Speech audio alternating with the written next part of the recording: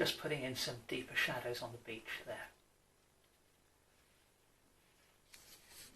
Next up, let's go back to our greens. So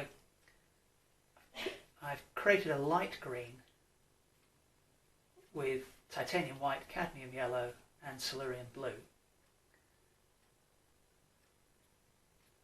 And just popping in a few loose highlights where the sunlight is catching the greenery of the cliff tops. And now for the shadow areas, I'm actually going to come in with a little bit of neat ultramarine blue. And I'm just feathering that on very lightly, kind of a dry brush technique, to just select a few shadow regions on the cliff edge. And I'll very, very likely do the same thing on the side of that cliff face. And we'll keep that colour theme going as well, with a line down the beach and some of the shadows here on those rocky outcrops.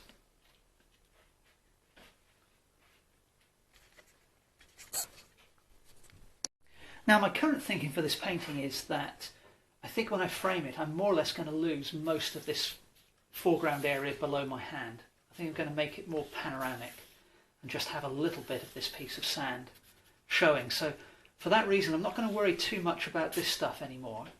I'm going to put that little band of green in that I mentioned. I have decided to leave these cliffs exactly as they are. Pretty happy with this area. This area is fairly happy. I do need to define the shoreline a little better and the ripples a little more clearly, so I'll do that in a second. And then I'm going to add some people here in the foreground with their reflections on the wet sand to give the painting a sense of scale.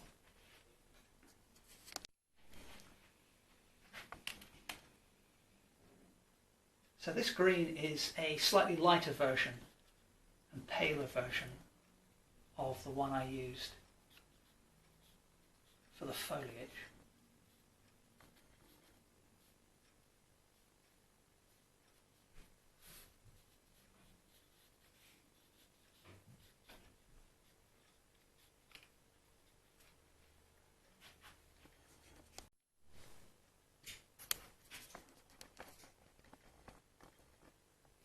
And I want to add just a couple of touches of pure yellow, just a couple here and there on the cliff top.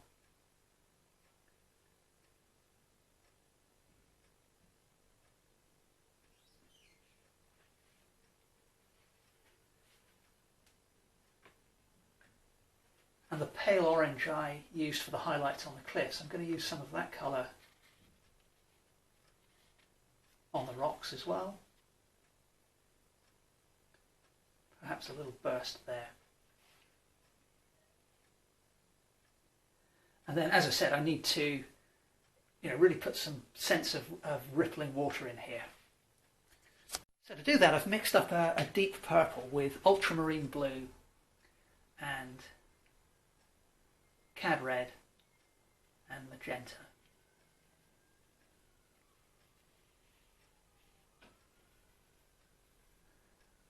And I'm using the edge of my flat half-inch brush to lightly drag that deep colour across the page.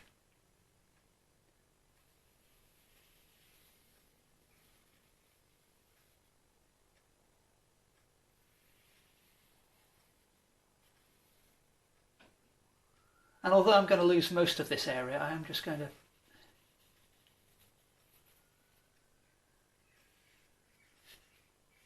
use that in here.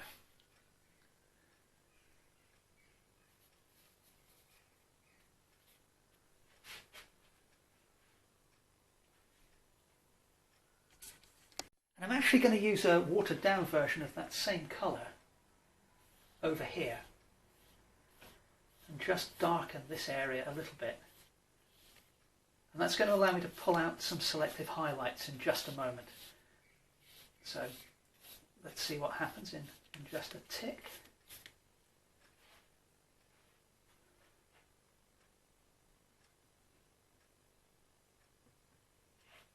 And the bottoms of these rocky outcrops need to be in much, much darker shadow. There we go. And in fact, that same colour I used here, I'm going to use to fill in some of the little panels that I've effectively, well, not panels so much I guess, but little shapes I created when I put those dark outlines on.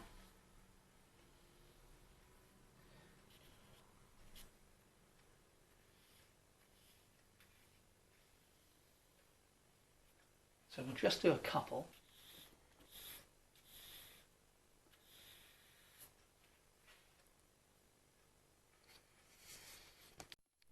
And now I'm going to come in with some pure white, a little burst of yellow in.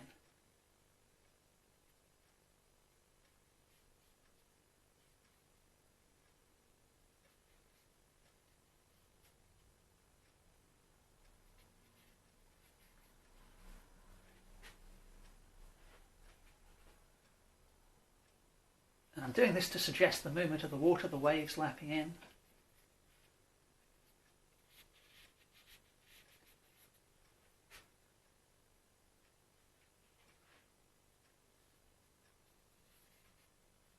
So I'm not trying to draw the waves as such, but I want to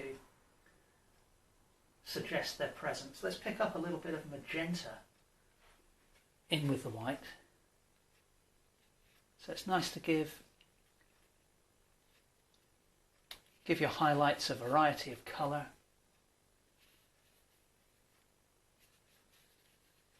Maybe just go a little wild with the brush here and there.